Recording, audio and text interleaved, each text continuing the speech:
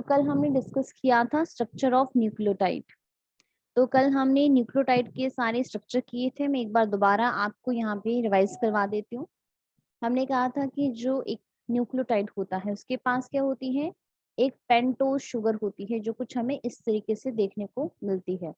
ठीक है, इस पेंटोज शुगर के साथ एक हमारे पास नाइट्रोजनस बेस अटैच होता है और एक इसके साथ हमारे पास यहाँ पे कौन अटैच होता है, फॉस्फेट अटैच होता है। तो इससे बन जाता है एक न्यूक्लियोटाइड। लेकिन हम बात कर रहे थे न्यूक्लिक एसिड की। अगर आपको याद हो, हमारा टॉपिक न्यूक्लिक एसिड था कि न्यूक्लिक एसिड को बनाने वाले, मतलब न्यूक्लिक एसिड दो होते हैं, डीएनए और आरएनए, लेकिन उस न्यूक्लिक एसिड को बनाने वाले होते हैं न्यूक्लियोटाइड। तो मान लेते हैं मेरे पास एक न्यूक्लियोटाइड है, ये सेकंड है, ये थर्ड है, ये फोर्थ है। ठीक है, तो हमें क्या करना है, अब हमें इन न्यूक्लियोटाइड को जोड़ना है। जब हम न्यूक्लियोटाइड को जोड़ेंगे यहाँ पे, तो जोड़ने के लिए हमें क्या चाहिए, यहाँ पे बीच में एक बॉन्ड चाहिए।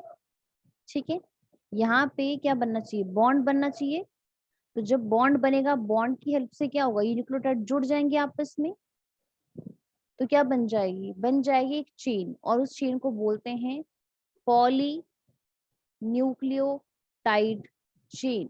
क्या बोलते हैं, उसको बोलते हैं पॉली न्यूक्लियोटाइड चेन। क्योंकि यहाँ पे क्या हुआ है, बहुत सारे न्यूक्लियोटाइड आपस में कंबाइन हो गए हैं। लेकिन हमें यहाँ पे कुछ बॉन्ड चाहिए, जिसको मैंने ब्लू कलर से यहाँ पे हाईलाइट किया है।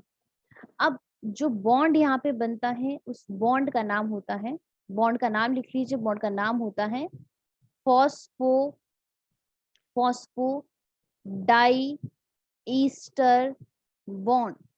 प्लीज ध्यान देना, दो न्यूक्लियोटाइड को जोड़ने के लिए जो बीच में बॉन्ड है ना, इस बॉन्ड का नाम होता है फॉस्फोडाई ईस्टर बॉन्ड।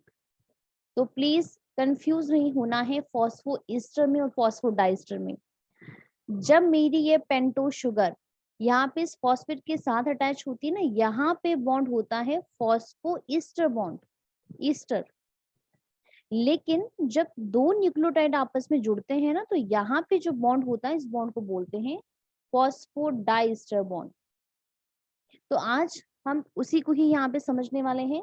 जब आपको ये चेन बनानी आ गई, उसके बाद आप इजिली तरीके से आप डीएनए का और आरएनए का स्ट्रक्चर आप कर सकते हो। तो चलो मूव करते हैं अपने यहाँ पे पॉलीन्यूक्लियोटाइड की चेन के ऊपर। तो यहाँ पे देखिए, अब अगेन थोड़ा सा कल हमने ये सारा पोर्शन डील कर लिया था, नाइट्रोजनस बेस हम कंप्लीट करके कर लिया था, न्यूक्लियोसाइड कर लिया था, न्यूक्लियोटाइड कर लिया था।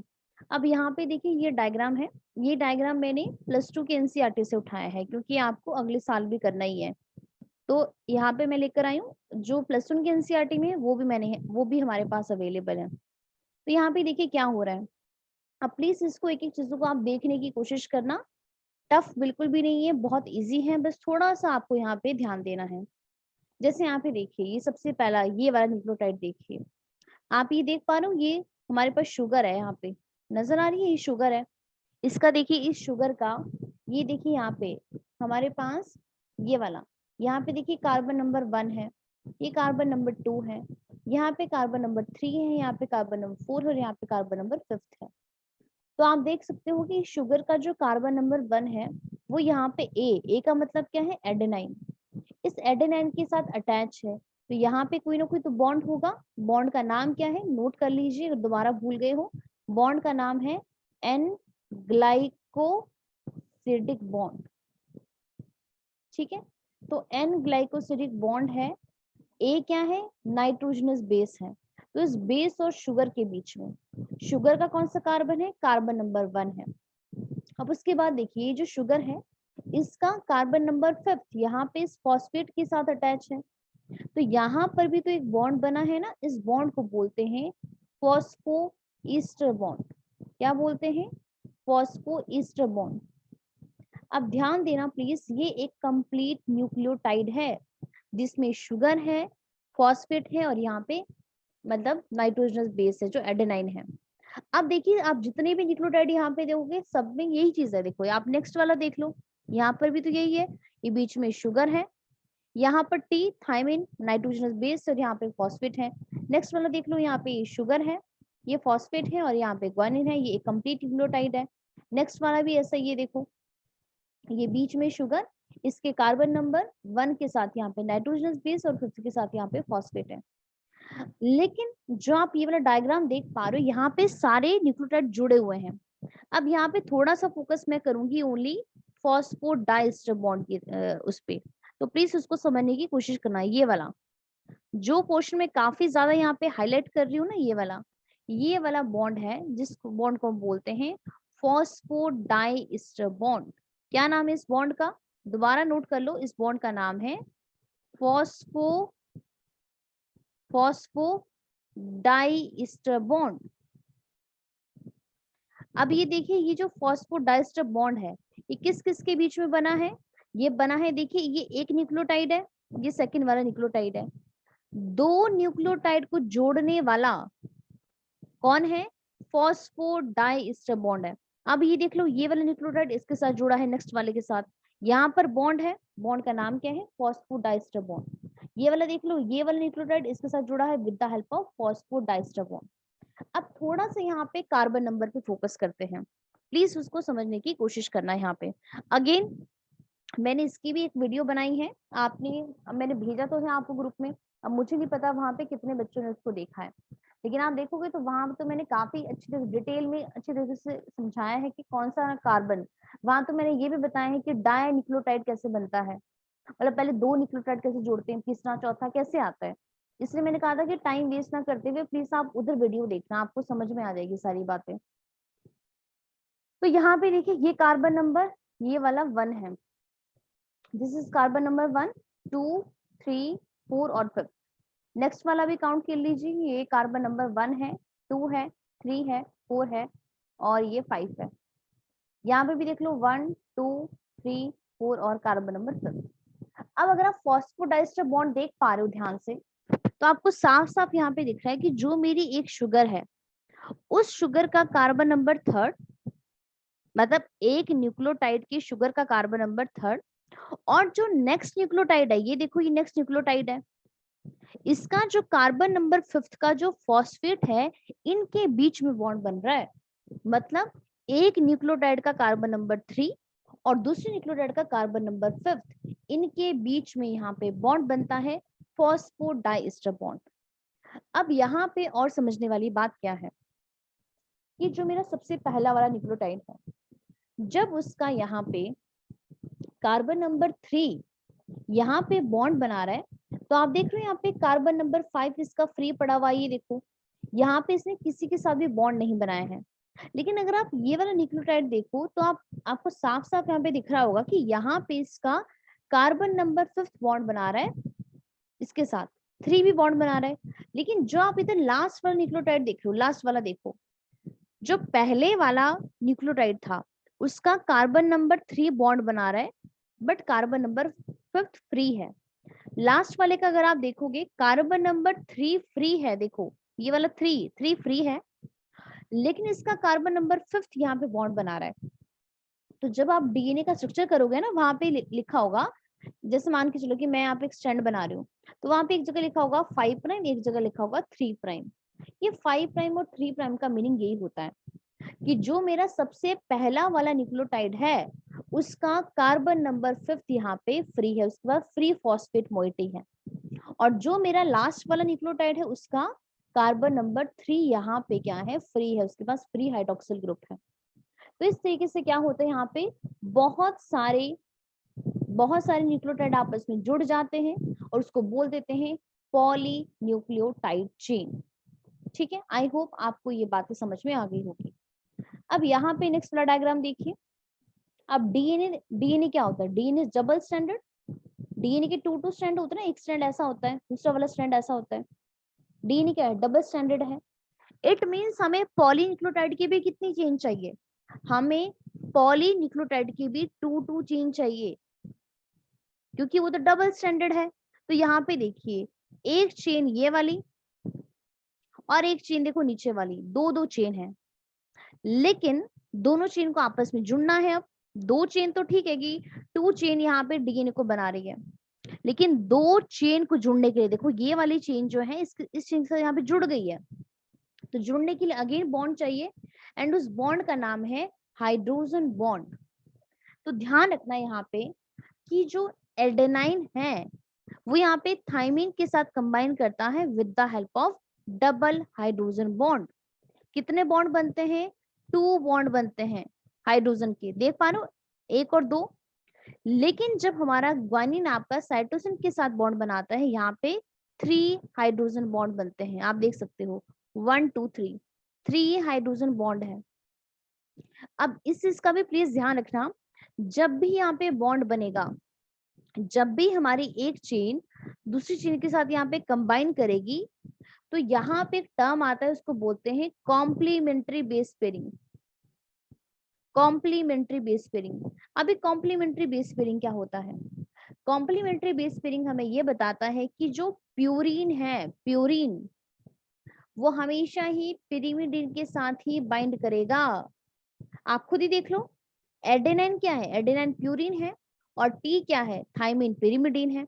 जी देख लो, जी क्या है? जी प्यूरिन है, और सी क्या है? सी पिरिमिडिन है।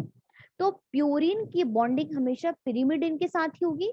अब उसमें भी उन्होंने स्पेसिफिसिटी कर दी, वो कह रहे हैं कि ए जो होगा वो हमेशा टी के साथ ही कंबाइन करेगा with the help of 2 hydrogen bond, and G is always pair with the C with the help of triple hydrogen bond. तो आप इधर भी देख सकते हो कि जी ने हमेशा सी के साथ बॉन्ड बनाया है, ठीक है, या सी ने हमेशा जी के साथ बॉन्ड बनाया है, एंड टी हमेशा ए के साथ ही पेयर होगा। लेकिन बॉन्ड कौन सा बनेगा यहाँ पे? Double hydrogen bond. तो प्लीज मेरी रिक्वेस्ट है, आपको यहाँ पे बॉन्ड में बिल्कुल कंफ्यूज नहीं होना है। अगर अभी भी कोई भी कंफ्यूजन आ रही है ना, तो मैं यहाँ पे एक चीज आपको बता देती हूँ, देखो सारे बॉन्ड बना देती हूँ। सबसे पहले ये देखिए, हमारे पास नाइट्रोजनस बेस है ए, ये आपका शुगर के साथ अटैच है, यहाँ पर एक बॉन्ड है, इस बॉन्ड का नाम क्या है? आप खुद भी नोट कर सकते हो, एन ग्लाइकोसिडिक बॉन्ड। उसके बाद आप स्क्रीनशॉट भी ले सकते हो अगर आप लेना चाहो।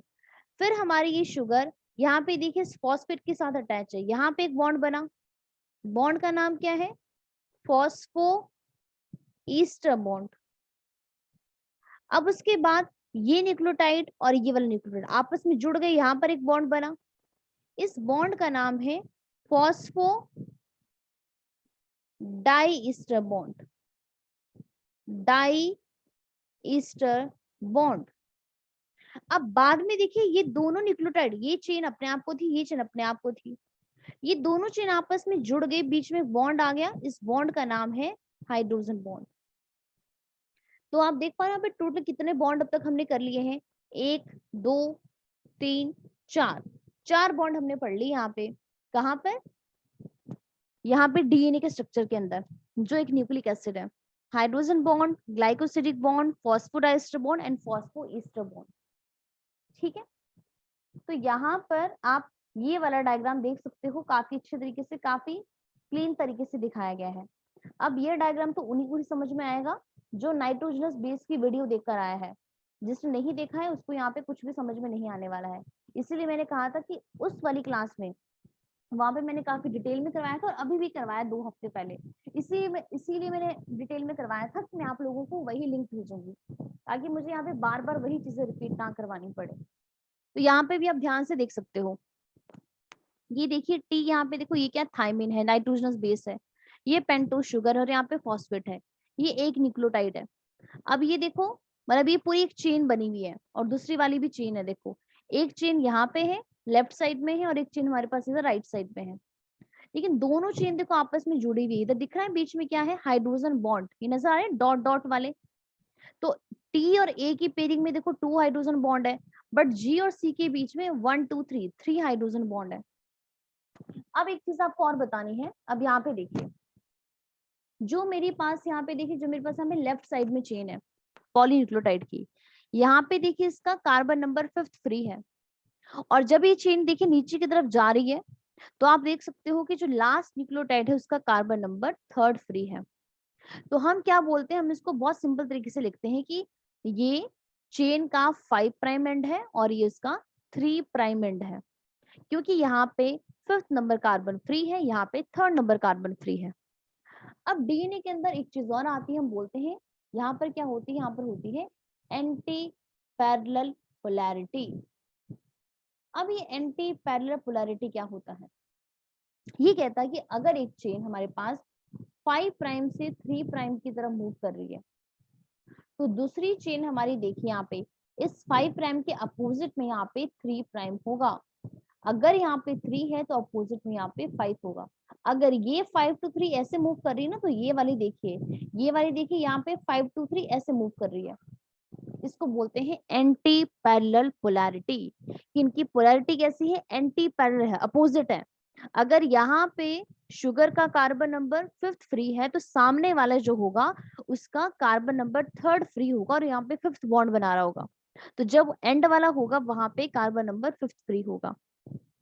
तो एक स्ट्रैंड अगर मूव करता है 5 to 3, तो दूसरा भी मूव करेगा 5 to 3 but in the opposite direction.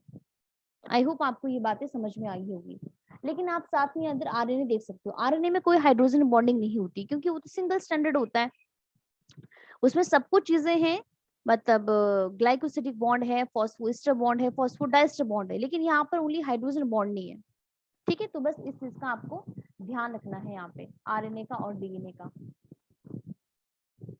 तो यहाँ पे सारी बातें लिखी गई हैं, ये तो कल हमने पढ़ लिया था। अब ये सब कुछ चीजें ना आपके एनसीईआरटी में गिवन है, +1 की एनसीईआरटी में। जब आप पढ़ोगे तो आपको ये सब कुछ मिलेगा कि ये क्या है, मैक्रोमोलिक्यूल है, ये तो आपको पता ही है, ये तो मैंने बात की ही थी, जो एसिड के अंदर इनसॉल्युबल होता है। और ये क्या होते हैं? These are polynucleotide. तो उसके बाद न्यूक्लिक एसिड के लिए बिल्डिंग ब्लॉक कौन है? न्यूक्लियोटाइड है। 3 कंपोनेंट है। हेट्रोसाइक्लिक कंपाउंड है। हेट्रोसाइक्लिक कंपाउंड किसको बोल रहे हैं? ये बोल रहे हैं नाइट्रोजनस बेस को। उसके बाद सेकंड क्या है? मोनोसैकेराइड। मोनोसैकेराइड किसको बोल रहे हैं? ये बोल रहे हैं शुगर को। एंड थर्ड क्या है? फॉस्फोरिक एसिड, एंड हमारे पास फॉस्फेट है। इसके बाद हेट्रोसाइक्लिक कंपाउंड यहाँ पे देखिए कौन है? न्यूक्लिक एसिड के अंदर नाइट्रोजनस बेस है। Adenine, guanine, uracil, cytosine, thymine. ठीक है, ये सारी बातें हम कर चुके हैं कल वाले लेक्चर में।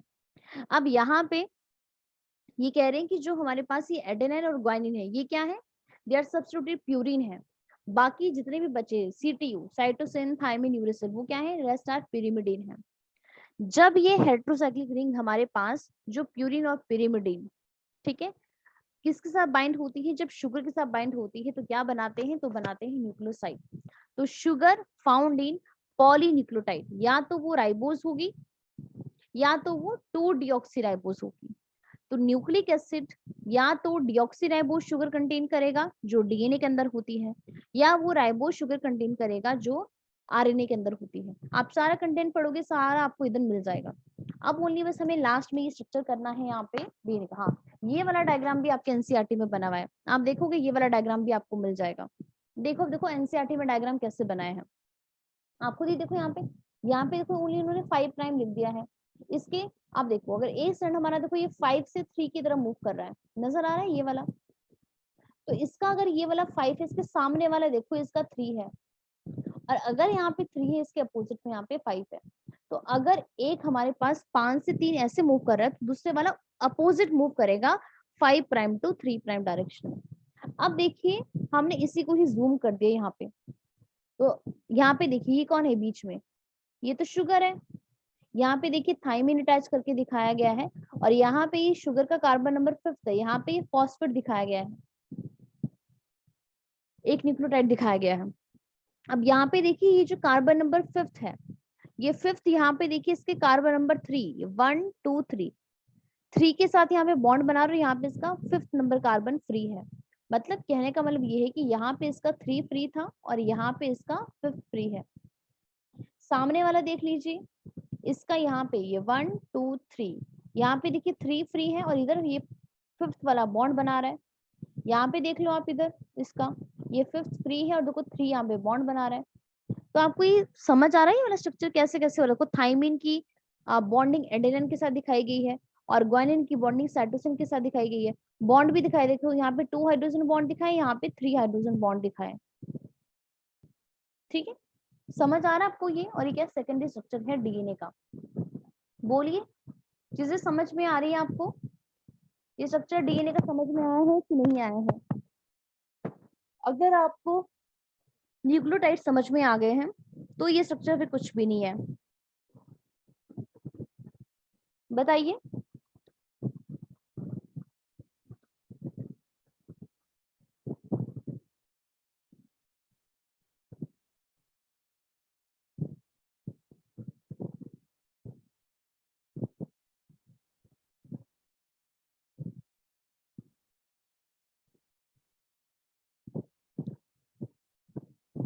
अगर आपको ये वाली चीजें समझ में आ गई है तो भी हम लास्ट पोर्शन करने वाले न्यूक्लिक एसिड का, उसका सेकेंडरी स्ट्रक्चर, जो ये वाला डायग्राम है। ठीक है, तो एक काम कीजिए, सबसे पहले तो आप इस डायग्राम को ना अपने उसमें नोट कीजिए, उसके बाद मैं आपको इसको एक्सप्लेन करती हूँ। ठीक है, नोट कीजिए इसको अपनी कॉपी में अभी।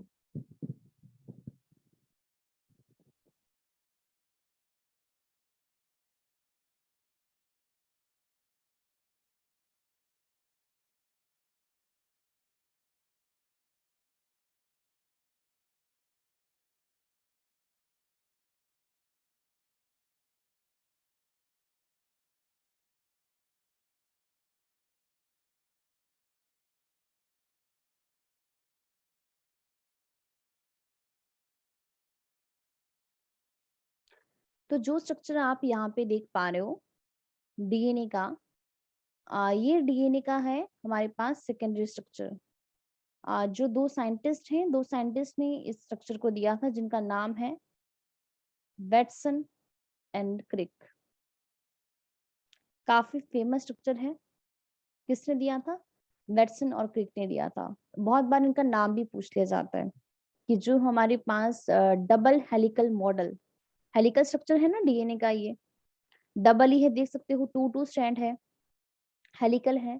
तो ये स्ट्रक्चर किसने दिया था? तो ये स्ट्रक्चर को देने वाले हैं हमारे पास वेटसन एंड क्रिक। अब यहाँ पे इसमें जस्ट ओनली सारा डेटा है, उन्होंने बहुत सारी चीजें बताई, डायमीटर के बारे में बताया, तो उसी को ही हमें सारी चीजों को देखना है यहाँ पे। जैसे आप यहाँ पे देख सकते हो कि जो डीएनए है, आपको यहाँ पे इसके टू टू स्ट्रैंड नजर आ रहे हैं। देखो एक स्ट्रैंड तो ये ब्लू वाला, जैसे आप ये वाला डायग्राम देखो, एक स्ट्रैंड देखिए ये वाला है, और एक हमारे पास देखिए, एक हमारे पास ये ग्रीन वाला है। ठीक है, आप ये सारी चीजों को देख पा रहे हो। एक काम करती हूँ, मैं इसको खुद ही ड्रॉ करती हूँ, उसके बाद इस डायग्राम के ऊपर आते हैं। जैसे देखिए हमारे पास डीएनए की क्या है, डबल स्टैंडर्ड हेलिकल स्ट्रक्चर है। अगर मैं यहाँ पे बनाऊं डबल स्टैंडर्ड, ठीक है, इतना ठीक है। तो यहाँ पे देखिए मैं यहाँ पे डीएनए की टू स्ट्रैंड दिखा पा रही हूँ, जो आपको नजर आ रहे हैं। ठीक है, अब जैसे सबसे पहला पॉइंट यहाँ पे क्या है कि जो हमारी टू स्ट्रैंड है वो कैसे रन करेंगे। सबसे पहला पॉइंट क्या है, कैसे रन करेंगे? वो रन करेंगे एंटी पैरेलल मैनर में। ये आप कह सकते हो कि उनकी पोलैरिटी क्या होगी, एंटी पैरेलल होगी। अगर मेरा ये स्ट्रैंड, अगर इसका ये 5 प्राइम है और ये आपका 3 प्राइम की तरफ मूव कर रहा है, मतलब आपका ये इस डायरेक्शन में मूव कर रहा है, तो जो मेरा दूसरा स्ट्रैंड होगा, इसका ये 5 प्राइम एंड होगा और ये इसका 3 प्राइम एंड होगा। ये आपका ऐसे मूव करेगा। इसके बाद दोनों स्ट्रैंड आपस में क्या है, यहाँ पे जुड़े हुए हैं। ठीक है, यहाँ पे क्या है, कुछ ना कुछ बॉन्ड है, ये जुड़े हुए हैं। तो यहाँ पे जो बॉन्ड है, उस बॉन्ड का नाम क्या है बीच में? उस बॉन्ड का नाम है हाइड्रोजन बॉन्ड। दो स्ट्रैंड कैसे जुड़े हैं आपस में? With the help of hydrogen bond. अब अभी भी हमने कहा, यहाँ पे सेकंड पॉइंट लिखिए, पहला एंटी पैरेलल पोलैरिटी है, या एंटी पैरेलल मैनर में वो अरेंज होते हैं। इसके बाद सेकंड पॉइंट है कि यहाँ पे कैसे बेस पेयरिंग होती है, इसको बोलते हैं कॉम्प्लीमेंट्री बेस पेयरिंग होती है। कॉम्प्लीमेंट्री बेस पेयरिंग का मतलब क्या है कि एडेनाइन हमेशा थाइमिन के साथ बॉन्ड बनाएगा और 2 हाइड्रोजन बॉन्ड बनेंगे, और ग्वानिन हमेशा साइटोसिन के साथ बॉन्ड बनाएगा और वहां पर 3 हाइड्रोजन बॉन्ड बनेंगे। तो इसको बोलते हैं कॉम्प्लीमेंट्री बेस पेयरिंग। अब कुछ इन्होंने यहाँ पे इसकी डायमीटर की बात की कि यहाँ पर कितना कितना डिस्टेंस होने वाला है डीएनए के बीच में। मतलब अगर हम बात करें, अब देखिए ये बेस पेयर हो गया ना, देखो यहाँ पर जो ये बॉन्ड बन रहा है, ये बॉन्ड किस किस के बीच में बन रहा है? नाइट्रोजनस बेस ही आपस में जुड़ रहे हैं ना यहाँ पे। समझ पा रहे हो चीजों को? देखो हमारे पास जो मैंने अभी आपको डायग्राम दिखाया था, ए और टी क्या है, दे आर नाइट्रोजनस बेस। तो नाइट्रोजनस बेस के बीच में ही तो बॉन्डिंग हो रही है ना यहाँ पे। अब अगर हम बात करते हैं कि 1 फुल टर्न की, कुछ मतलब इस तरह की बातें भी हमें करनी है, उसको मैं आपको भी बताती हूँ। ठीक है, एक मिनट। तो यहाँ पे देखिए, अगर हम इस स्ट्रैंड का फुल टर्न की बात करें, फुल टर्न का मतलब क्या है, जैसे अगर हम बात करते हैं, इसको हम पिच भी बोलते हैं और 1 फुल टर्न भी बोलते हैं। देखो अगर मैं, देखो यहाँ से, देखो यहाँ से शुरू हो रही है, प्लीज ध्यान देना, मैं इस पॉइंट की बात कर रही हूँ। देखो मैं यहाँ से गई गई गई गई, देखो ये यहाँ पर ये मेरा डीएनए का हेलिकल का पूरा ये मेरा फुल टर्न हो गया। मान रहे हो इसको, ये मेरा फुल टर्न हुआ। देखो एक एक फुल टर्न ये वाला हो गया, ये दूसरा फुल टर्न एक ये वाला भी हो सकता है। जब कोई मुड़ रहा है तो ये उसका वन फुल टर्न है, ये वाला पॉइंट। तो उन्होंने ना इसका यहाँ पे डिस्टेंस निकाला, उन्होंने यहाँ पे इसका ये निकाला कि जो मेरा वन फुल टर्न है, जब मेरा ये स्ट्रैंड आपका वाउंड कर रहा है, आपका ये हेलिकली वाउंड हो रहा है, तो इसका पूरा डिस्टेंस कितना होगा यहाँ पे, इसको पिच भी बोलते हैं, पिच ऑफ द हेलिक्स भी बोलते हैं, इसको डिस्टेंस भी बोलते हैं, कि मेरा ये जो फुल टर्न है यहाँ पे डिस्टेंस होगा 34 एंगस्ट्रॉम का। कितना डिस्टेंस होगा? 34 एंगस्ट्रॉम। ध्यान रखना कितना डिस्टेंस है, 34 एंगस्ट्रॉम है।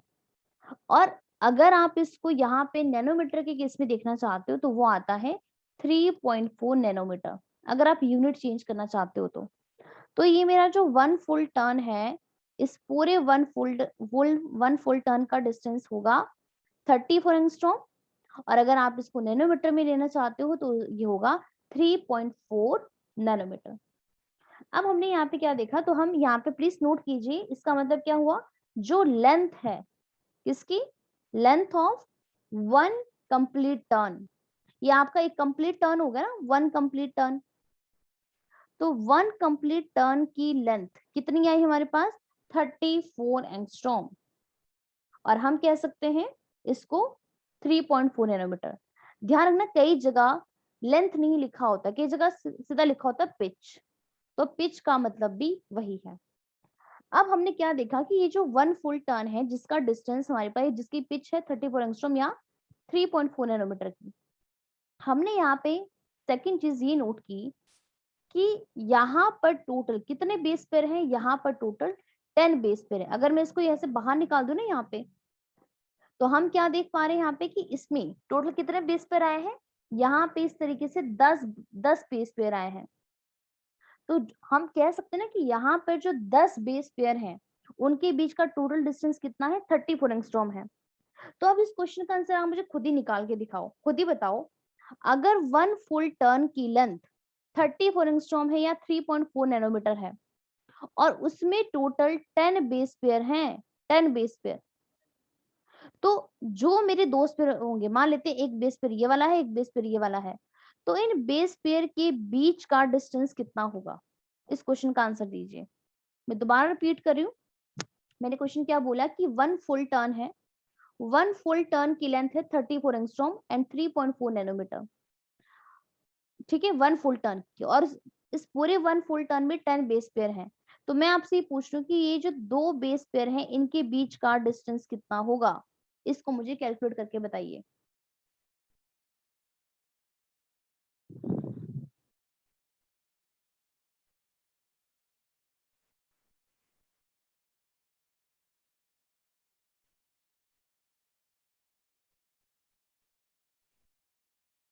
आई होप आपको क्वेश्चन समझ में आ गया होगा, जल्दी से निकाल के बताइए।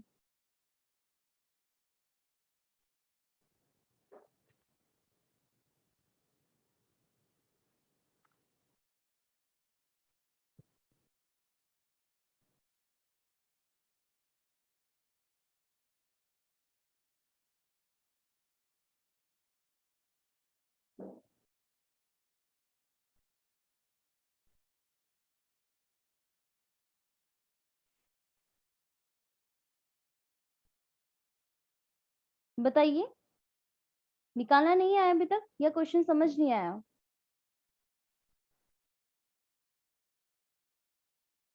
क्वेश्चन समझ में नहीं आया, ठीक है, ओके जी। मैंने देखी यहाँ पे परिणति ये कहा, अगर मैं इसको आगे वाला डायग्राम लूं कि ये मेरा डीएनए है, चलो वो वाला डायग्राम में दिखा देती हूँ आपको, ये वाला देखिए, ये डीएनए का स्ट्रक्चर है। हमने कहा कि अगर हम बात करते हैं इसके वन फुल टर्न की, तो अगर आप कोई भी डायग्राम देख लो, राइट वाला देख लो, लेफ्ट वाला देख लो, चलो हम इसकी बात कर लेते हैं, ये वाला देखिए, ये मेरे पास किसका वन फुल टर्न है, ये वाला वन फुल टर्न। हमने कहा हमने इस वन फुल टर्न का डिस्टेंस निकाला, तो वो कितना आया, 34 एंगस्ट्रॉम आया। अगर हम एंगस्ट्रॉम में देख रहे हैं, और अगर हम नैनोमीटर में देखेंगे वो हमारे पास है 3.4 नैनोमीटर। तो बाद में हमने ये देखा कि चलो ठीक है कि 1 फुल टर्न का डिस्टेंस 34 एंगस्ट्रॉम है। अब इनके बेस पे काउंट करते हैं। ये बेस पे नजर आ रहे हैं ना, ये देखो GC, AT, GC, ये बेस पेयर्स है ना यहाँ पे। तो हमने देखा कि 1 फुल टर्न में इस तरीके से कितने बेस पेयर आते हैं, 10 बेस पेयर्स आते हैं, 10 बेस पेयर्स। तो अब अगर पूरे टर्न की लेंथ 34 एंगस्ट्रॉम है और इस पूरे फुल टर्न में 10 बेस पेयर्स है, इस तरीके से कितने हैं, 10 है। तो अगर 10 बेस पेयर का डिस्टेंस 34 एंगस्ट्रॉम है, तो मेरा क्वेश्चन ये है कि मान लेते हैं देखो ये दो बेस पेयर है, ये दो बेस पेयर के बीच का डिस्टेंस मतलब कितना होगा। आई होप अब आपको क्वेश्चन समझ में आया होगा। क्वेश्चन समझ में आया है कि नहीं आया है अभी भी? अगर 1 फुल टर्न की लेंथ 34 एंगस्ट्रॉम है और उस 34 एंगस्ट्रॉम में टोटल 10 बेस पेयर्स हैं, तो दो बेस पेयर का डिस्टेंस कितना होगा?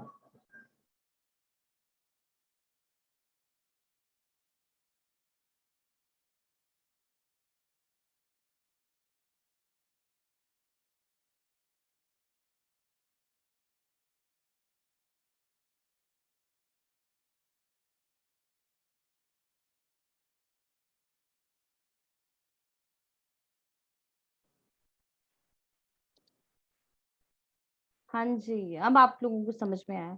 सिंपल सी बात है ना, देखो अगर 1 फुल टर्न में 10 बेस पेयर है और 10 बेस पेयर में कितना डिस्टेंस है, 34 एंगस्ट्रॉम का है। तो मैंने कहा आप मुझे इन दो बेस पेयर का डिस्टेंस बताओ, तो कितना हो जाएगा, टोटल डिस्टेंस कितना होगा 34 एंगस्ट्रॉम, बेस पेयर कितने टोटल 10 है। तो आपको दो का निकालना है, इसको ये कर दो, कितना आ गया 3.4 एंगस्ट्रॉम। अगर नैनोमीटर में लेना है तो नैनोमीटर में 1 फुल टर्न की लेंथ कितनी थी, 3.4 थी। तो 3.4 को डिवाइड कर दो 10 से, कितना आ जाएगा 0.34 आ जाएगा नैनोमीटर। तो यहाँ पे देखिए ये जो दो बेस पेयर हैं इनके बीच का डिस्टेंस कितना है, 3.4 एंगस्ट्रॉम है। यहाँ पे भी देख सकते हो, देखो दो बेस पेयर का डिस्टेंस कितना है, 0.34 नैनोमीटर। यूनिट आप जिस मर्जी में ले लो, नैनोमीटर में ले लो या फिर एंगस्ट्रॉम में ले लो, लेकिन आपको दोनों के बारे में पता होना चाहिए। ठीक है, अब उसके बाद हमने क्या देखा कि अगर हम इस फुल टर्न का एंगल निकालते हैं, एंगल देखते हैं कि कितना एंगल है यहाँ पे, तो हमने क्या पाया कि ये जो 1 फुल टर्न है इस पूरे टर्न का एंगल कितना है, 360 डिग्री है। कितना है एंगल, पूरे फुल टर्न का 1 फुल टर्न का एंगल है 360 डिग्री। तो अब देखो कभी तो देखो ये डी ने ऐसे था ना, हमारे पास को स्ट्रेट था, बाद में देखो स्ट्रेट ने आपका देखो ऐसे वाउंड होना शुरू हुआ, ये हेलिकली वाउंड हुआ। तो एनसीईआरटी बोलती है कि अगर 1 फुल टर्न का एंगल 360 डिग्री है, तो जब जैसे मान के चलो ये देखो ऐसे मूव कर रहा है, ऐसे मूव कर रहा है, तो पर बेस पेयर ये कितना मूव कर रहा है, ऑब्वियस सी बात है कितना होगा, 336 होगा ना। देखो 1 फुल टर्न का एंगल है 360 डिग्री है, और कितने बेस पेयर है टोटल, 10 बेस पेयर है। तो अगर 10 बेस पेयर है हमारे पास, तो 10 बेस पेयर का एंगल होगा 360 डिग्री। तो अगर हमारे पास जब ये मूव करेगा 1 बेस पेयर में, मतलब आपका ऐसे सिंगल टाइम मूव करेगा, तो इसको डिवाइड कर दो, कितना आ जाएगा 36 आ जाएगा ना। तो जब ये मूव करेगा ऐसे, तो कितने एंगल से करेगा, ये करेगा 36 डिग्री एंगल से। ये समझ आया आपको कि नहीं आया, एंगल का और यहाँ पे डिस्टेंस वगैरह का? ठीक है, अब बात करते हैं डायमीटर की। अगर हम इसकी विड्थ देखें, अगर हम इसका डायमीटर देखें, तो हमने क्या देखा, कितना डायमीटर है 20 एंगस्ट्रॉम, या नैनोमीटर में देखें तो है 2 नैनोमीटर। ठीक है, तो इसका 1 फुल टर्न की लेंथ है 34 एंगस्ट्रॉम और इसका डायमीटर है 20 एंगस्ट्रॉम। अब इसके बाद थोड़े से और बात करते हैं। जैसे मान लेते हैं कि मेरे पास ये सीढ़ी है, ठीक है, सबने स्टेयर्स को देखा होगा, कभी ना कभी हम इसमें चढ़े भी जरूर होंगे। तो आप देख सकते हो कि यहाँ पे देखो ये जो सीढ़ी है, सीढ़ी को सपोर्ट करने वाला कौन है, ये है ना हमारे पास, इसकी बैकबोन तो यही है साइड वाली, और इसकी जो स्टेप्स हैं, स्टेप्स से तो उन्हें चल पाते हैं। तो ये एनसीईआरटी क्या बोलती है और डीएनए का स्ट्रक्चर हमें क्या बोलता है कि हमारे पास जो ये डीएनए है, इसके जो स्टेप्स है, ये बीच में आपको स्टेप्स नजर आ रहे हैं, ये स्टेप, इस स्टेप को बनाने वाला कौन है, यहाँ पे देखो स्टेप को बना कौन रहे हैं, इन स्टेप्स को बनाने वाले हैं बेस पेयर्स। बेस पेयर ही डीएनए के स्टेप को बनाते हैं, ठीक है। लेकिन जो यहाँ पर ये देखो, इसकी जो बैकबोन है, ये जो साथ बाहर में जो सपोर्ट करने वाले हैं, आप खुद ही सोचो, बेस पेयर तो अंदर की तरफ चले गए, तो यहाँ पे बाहर इसमें कौन रह गया, इसमें तो शुगर एंड फॉस्फेट ही रह गया ना हमारे पास। तो ये कहते हैं कि ये जो पॉलीन्यूक्लियोटाइड की जो चेन है, इसको बनाने वाला कौन होता है, शुगर और फॉस्फेट होता है।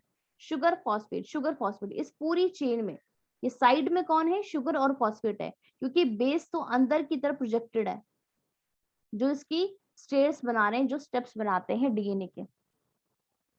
तो इतना ही था हमारे पास डीएनए का स्ट्रक्चर। अब एक बार थ्योरी कर लेते हैं, अगर कोई पॉइंट मिस हो गया होगा तो यहाँ पे देख लेंगे।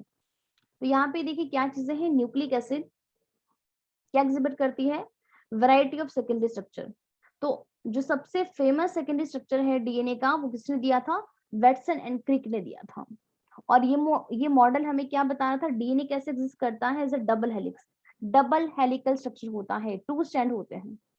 अब सेकंड पॉइंट पढ़िए, सबसे पहले क्या वो बोल रहा है कि हमारे पास जो 2 स्ट्रैंड जो हैं पॉलीन्यूक्लियोटाइड के, वो कैसे अरेंज होते हैं, एंटी पैरेलल मैनर में, that is run in opposite direction. मतलब अगर एक मूव करेगा 5 से 3 की तरफ, तो दूसरा वाला अपोजिट की तरफ मूव करेगा 5 to 3 की तरफ, ठीक है। द बैकबोन, बैकबोन को बनाने वाला कौन है, अभी भी बताया, शुगर और फॉस्फेट शुगर बनाता है, क्योंकि देखो बाहर शुगर ही होता है, शुगर फॉस्फेट, उसके बाद शुगर फॉस्फेट, बेस तो अंदर की तरफ चले गए ना, तो अंदर जो बाहर वाले हैं, मतलब बैकबोन को बनाने वाला कौन है, शुगर फॉस्फेट बनाने वाला है। जो हमारा नाइट्रोजनस बेस है वो प्रोजेक्टेड होता है मोर और less perpendicular to this backbone, but face inside, इसका फेस अंदर की तरफ होता है, बाहर की तरफ नहीं होता है। A and G of one strand, अभी भी बताया कॉम्प्लीमेंट्री बेस पेयरिंग होती है। देखो ए की बॉन्डिंग टी के साथ होगी, जी की बॉन्डिंग सी के साथ होगी, तो ये क्या बोल रहा है, A and G of one strand compulsory base pair with the T and C. On other strand there are 2 hydrogen bond, 2 hydrogen bond होते हैं, बार बार कह चुके, ए और टी के बीच में, जी और सी के बीच में 3 हाइड्रोजन बॉन्ड होते हैं। तो 2 hydrogen bond between A and T and 3 hydrogen bond between G and C. So each strand appears like a helical staircase. Each step of ascent is represented by a pair of bases. हर एक step में क्या है, pair of basis ही है ना। देखो A T base pairs हो गए ना, ये सिंगल सिंगल तो नहीं है। जब भी हम मूव करते हैं at each step of accent, the stand turn किस एंगल से कर रहा है, 36 डिग्री एंगल से कर रहा है। तो 1 फुल टर्न जो है ऑफ हेलिकल स्टैंड का वुड इन्वॉल्व 10 स्टेप और 10 base pair. The pitch would be, pitch का मतलब है कितना डिस्टेंस है 1 फुल टर्न का, वो है 34 एंगस्ट्रॉम, एंड राइज पर बेस पेयर कितना वो उठेगा, और 3.4 एंगस्ट्रॉम। तो इस डीएनए को बोलते हैं बी डीएनए। जो आप देख पा रहे हो ना यहाँ पे, जितने भी डायग्राम आप देख सकते हो, ये सारे बी डीएनए के ही डायग्राम हैं। आई होप आपको ये समझ में आ गया होगा। बताइए, ये डीएनए का स्ट्रक्चर समझ में आ गया है,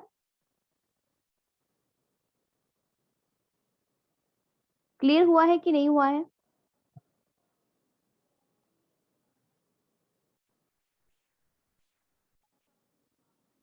बोलिए।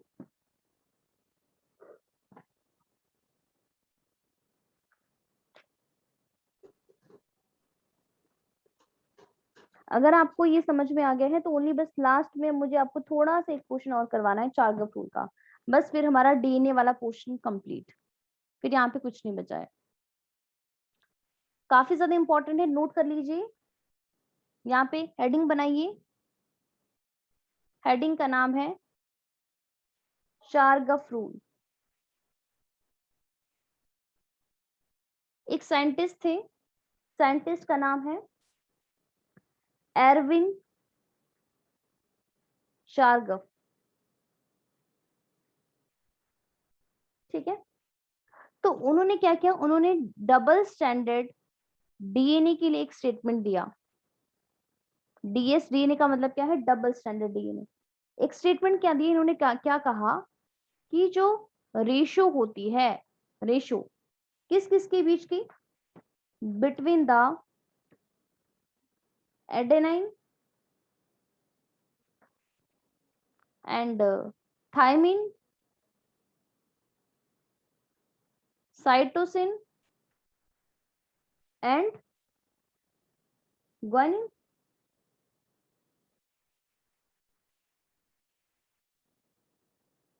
आर कांस्टेंट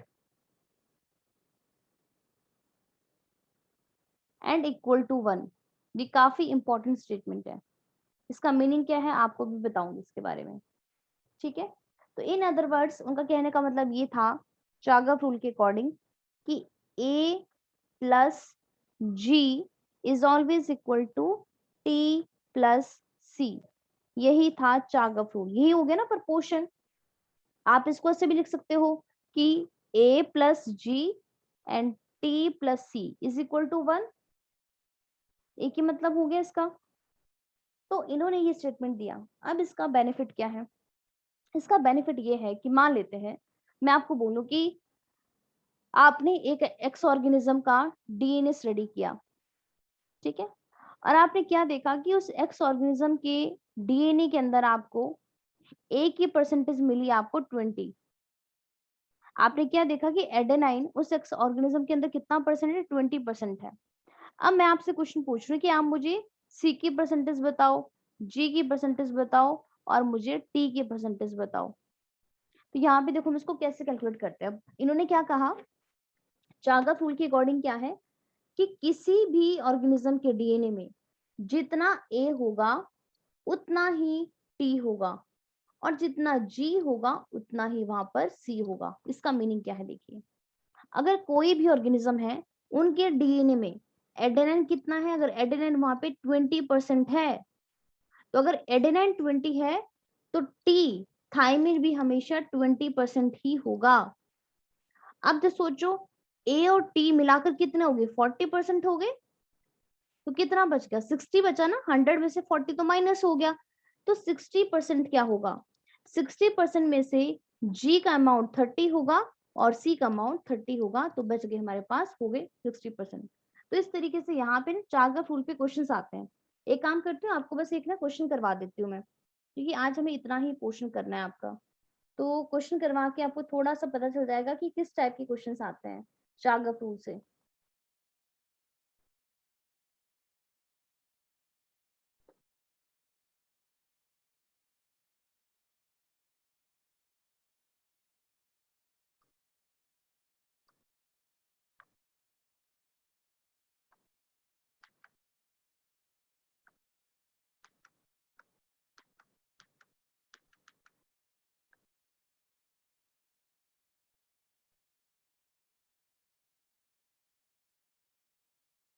हाँ देखिए, यहाँ पे एक क्वेश्चन है, ये आपका अभी ही 1-2 साल पहले पूछा गया था, 2019 में आई थिंक क्वेश्चन आया था।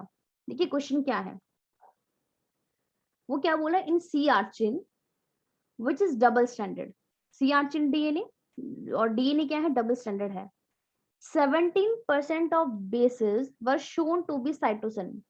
तो ये क्या बोला कि साइटोसिन की परसेंटेज कितनी है, 17% है। The percentage of other 3 base expected to be present in DNA. तो वो कह रहे हैं यहाँ पे, अब देखो अगर डबल स्टैंडर्ड डीएनए है, अब उसके डीएनए में क्या क्या होगा, उसके डीएनए में ए होगा, टी होगा, सी होगा, जी होगा। अब उन्होंने हमें ओनली यहाँ पे सी की परसेंटेज बताई ना, अब ए टी और हमें जी की फाइंड करनी है। तो चागफ रूल क्या कहता है कि जितना अमाउंट ए का होता है उतना ही अमाउंट टी का होता है, और जितना अमाउंट जी का होता है उतना ही अमाउंट सी का होता है। अगर यहाँ पे सी का अमाउंट दिया है कितना, 17%, तो यहाँ पे जी का अमाउंट भी 17% ही होगा। तो 17 और 17 कितने हो गए? 34 हो गया। तो 100 में से 34 को माइनस कर दो, कितना बच गया? 10 में से 4 के कितने बचे? 6। इधर 9, 9 में से 3 के बचे 6, 66% हो गया। तो इसका मतलब क्या है कि 66% कौन है? ये है ए और टी।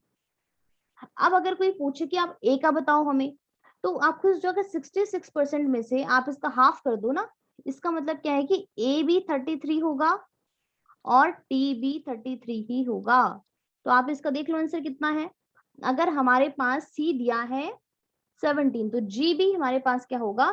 17 होगा। तो देखो ये वाले दोनों ऑप्शन तो कट हो जाते हैं, तो जी भी 17 है और यहाँ पे। अब उसके बाद देखिए ए हमारे पास कितना है। आप देखो ए वाला ऑप्शन देखो, वहां पे ए दिया है 16% और टी दिया है 32। ये तो पॉसिबल ही नहीं है। क्यों? क्योंकि चागर रूल के अकॉर्डिंग जितना ए होगा उतना ही टी होगा। तो यहाँ पे सेकंड ऑप्शन देखो, जितना ए है उतना ही टी है, तो आंसर हो जाएगा इसका सेकंड। ये बताइए समझ आया अब आपको कि नहीं आया? क्वेश्चन समझ आया कि नहीं आया बताइए।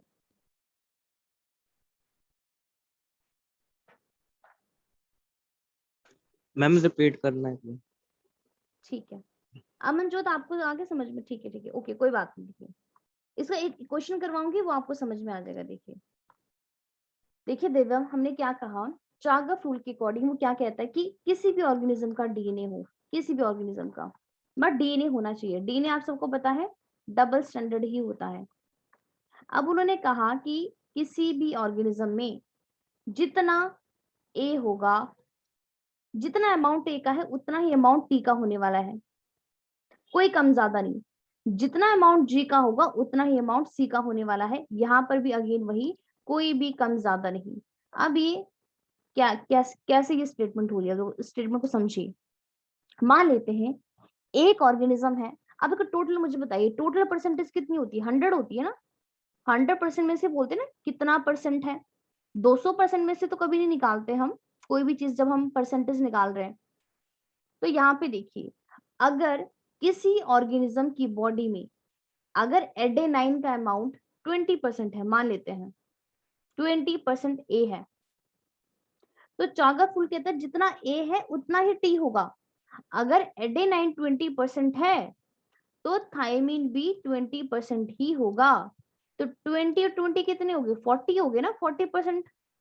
तो उस ऑर्गेनिज्म की बॉडी में, मतलब उस ऑर्गेनिज्म के डीएनए के अंदर 40% तो ए और टी हो गए। अब कितना बचा? 100 होगा ना, 100 में से 40 तो चले गए, 60 ही बचा। तो बचा कौन अब? और तो बचा तो यही ना, जी और सी। तो इसका मतलब क्या है यहाँ पे? अब हमने कहा जितना जी है उतना सी होगा। अगर 60% बच गया है, इससे हमें क्या पता चल रहा है कि इसका मतलब 30% जी है और 30% ही सी है। समझ आया आपको कि नहीं आया? समझ आ गया। ठीक है, अगर आप लोगों को ये समझ में आ गया है तो एक क्वेश्चन देती हूँ आपको करने के लिए, तभी मुझे पता चलेगा कि आप लोगों को समझ में आया है कि नहीं आया है। बस आप मुझे क्वेश्चन देखने दो जल्दी से। चाग फूल का कोई क्वेश्चन मिल जाए मुझे। चलो क्वेश्चन मिल गया।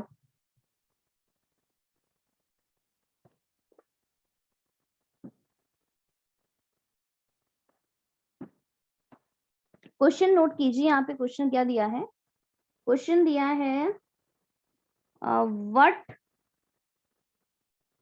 what will be the percentage,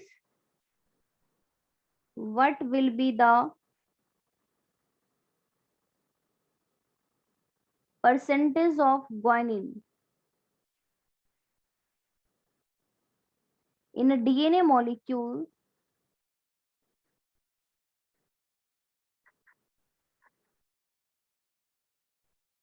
having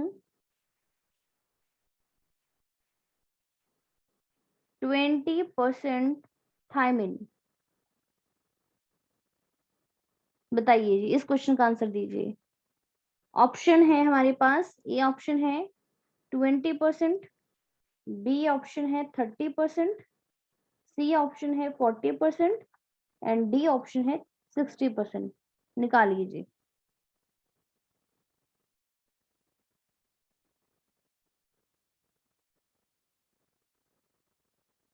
हाँ जी, वेरी गुड अमनजोत, आपका आंसर एकदम सही है।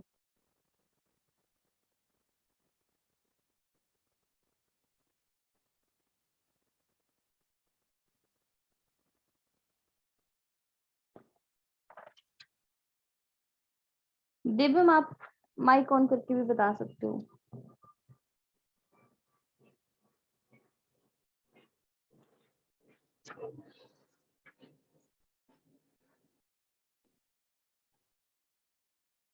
अगर दिव्यम अभी भी समझ में नहीं आया है, कोई बात नहीं, आप बता सकते हो कि नहीं समझ में आया है।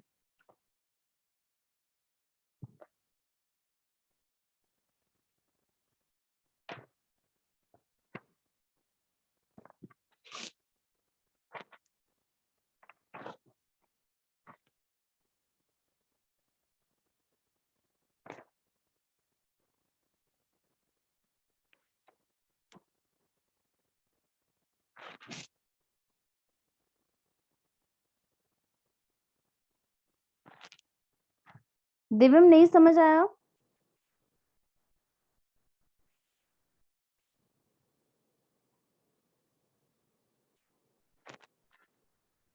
बोलिए।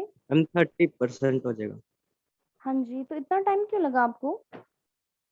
बिल्कुल जो मैम सीधा। मैं एक बार चेक कर रहा था दोबारा से, मैम कुछ गलत तो नहीं कर दिया। नहीं, देखो सिंपल सी बात है, देखो ए देखो हमेशा टी के इक्वल होगा, जी हमेशा सी के इक्वल होगा। तो अगर टी अगर 20 है तो ए भी 20 होगा। 20 कितनी हो गई? 40 हो गया। कितना बचा? 60 बच गया ना। तो 60 में से जी भी 30 और सी भी 30, तो आंसर हो गया ये वाला। यस। ठीक है, तो इसका इस तरीके के क्वेश्चन ना काफी बार आते हैं नीट में और बाकी एग्जाम्स में भी आते हैं।